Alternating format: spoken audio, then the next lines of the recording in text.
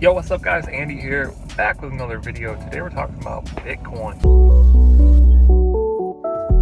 Okay, so here we are, just doing a talking video. I usually don't do these, so let me know if you want me to do more of them. Drop a comment down below. But today we're talking Bitcoin, my thoughts on it, why I choose to invest in Bitcoin. There's a few points that I want to make. So the first thing, people are saying like Bitcoin isn't a real asset, it's just fake and it's fake money. And that I have to disagree with. Bitcoin is like the OG digital internet asset, the first of its kind, the first of blockchain, and I think that goes a long way. People will say like digital assets aren't real assets, but I think that's starting to change, and that's a bad perspective because that's just not true.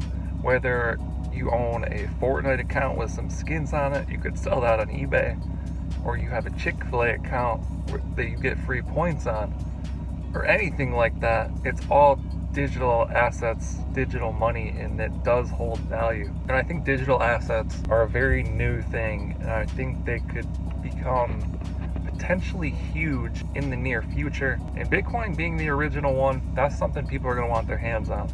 The next thing, some people say, oh, there's better cryptocurrencies out.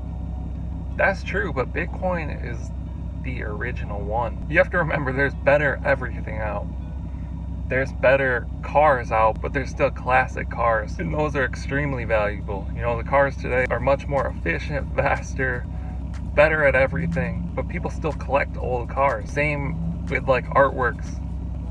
You can reprint the Mona Lisa, but you can't sell it for as much as the original Mona Lisa. So you can make new cryptocurrencies to kind of copy Bitcoin, but they're never the OG Bitcoin. The final point, Bitcoin is super low supply. This is kind of my new thing, the way I think of Bitcoin. You're kind of investing in supply and demand economics. So if you're a believer in supply and demand economics, then Bitcoin is a good option for you. And supply and demand economics are a beautiful thing. We've seen this in all kinds of markets, especially collectibles markets. You know, I'm in Pokemon, and that's up like 300% in the last few months because they're low supply, and there's collectors, and the collectors just want to get their hands on them. They want to collect the sets, they want to collect good condition, and there's only so many of them, so the prices are just due to keep going up.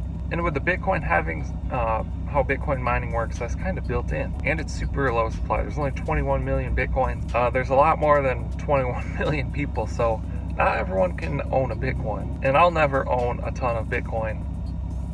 I just have to accept that at this point. If I'm trying to accumulate, you know, a comfortable amount for me, because I'm a believer in Bitcoin, I just want to be a part of it. So that's my thoughts on it. Let me know what you guys think down in the comments below. Like and subscribe if you want to see more videos like this one. Thank you guys for watching. I'll catch you in the next one. Okay. Don't blame your problems on the past.